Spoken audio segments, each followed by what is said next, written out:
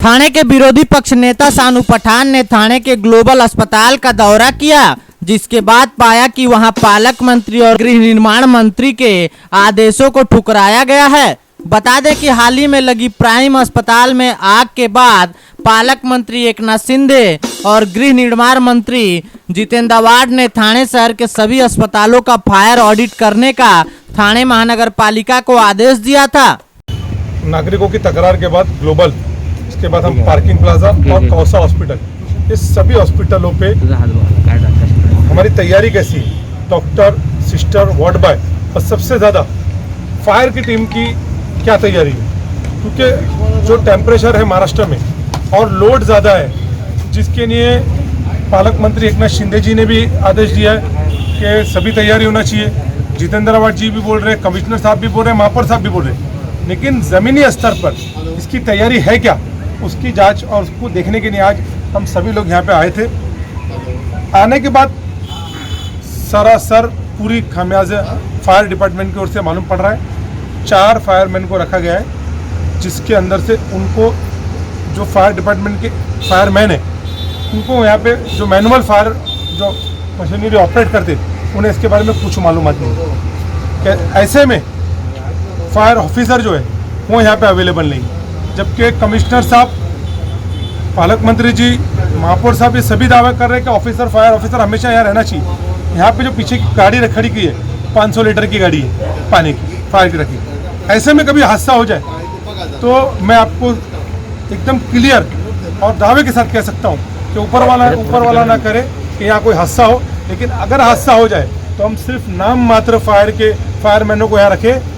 हम यहाँ पे इनकी सुरक्षा फायर डिपार्टमेंट नहीं कर सकता, क्योंकि उनको जो फायरमैन है उनको ऑपरेट कैसे करते ये मालूम ही नहीं, उनको ट्रेनिंग ही नहीं दी गई और उनको यहाँ पे उनको जवाबदारी जो दी है उनको उसके बारे में भी नहीं मालूम है। खाली एक सिक्योरिटी गार्ड के लिए यहाँ पे लाया गया है और उनको खड़ा कर दिया गया। और जब मैंने उनकी शिकायत किया तो बेचारे हमारे कुछ ऑफिसर उनकी शिकायत करें, वो क्या करेंगे। उनको जब साधारण मानस है उनको पूछा कि आपको इसकी सारी जानकारी है, डिटेल है, कैसे ऑपरेट करते, तो उनके मुंह से निकल गया हमें मालूम ही नहीं। तो सबसे बड़ी बात, ऐसे में अगर हादसा हुआ तो फायर डिपार्टमेंट के जो आला अधिकारी उसकी जिम्मेदार उन्हें लेना पड़ेगी, उनको उनके ऊपर कार्रवाई की जाएगी। कि मैं स्पष्ट कर देना चाहता हूँ कि थाने के एक भी हॉस्पिटल के ऊपर आपने पहले इतने सारे हॉस्पिटलों पे आग लगी, कई लोगों की जान गई, तो हमें पिछले से सीखना चाहिए और आगे तैयारी रखना चाहिए। और उसके बावजूद भी हमारी अभी तैयारी नहीं है और डमी ऐसी चीज़ें करने पे महापालिका डमी चीज़ें करने में एक्सपर्ट है।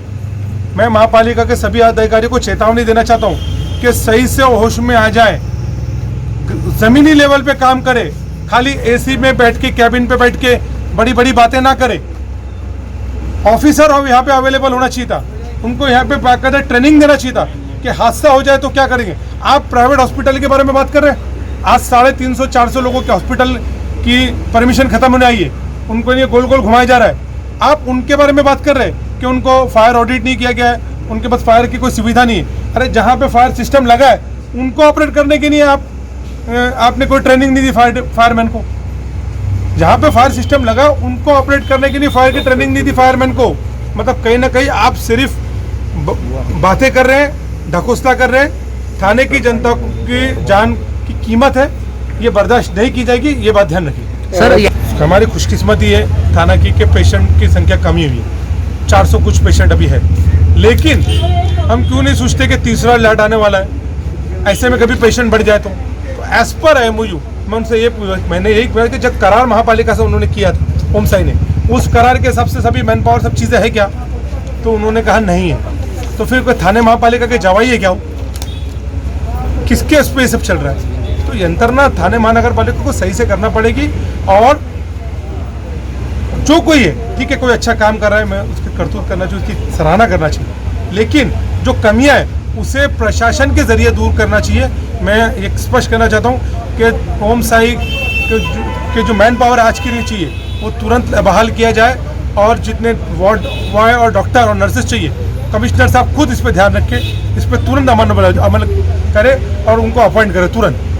आज के लिए बस इतना ही, फिर मिलेंगे जल्द ही हम नई खबर के साथ। और आप बाकी खबरों से अपडेट रहने के लिए जेजेबी न्यूज के मोबाइल एप्लीकेशन को डाउनलोड करें, जेजेबी न्यूज के यूट्यूब चैनल को सब्सक्राइब कर बेल आइकॉन दबाएं और जेजेबी न्यूज के फेसबुक को फॉलो करें ताकि आपको मिल सके सारी खबरों का अपडेट। दिल्ली से लेकर गली तक, समस्या से लेकर समाधान तक, वादों से लेकर काम तक, अब होगी हर काम की जमीनी पड़ताल। हम उठाएंगे जन समस्या, शासन प्रशासन तक पहुंचाएंगे आपकी आवाज। देखना ना भूलें जेजेबी न्यूज पर आपका अपना कार्यक्रम जन समस्या।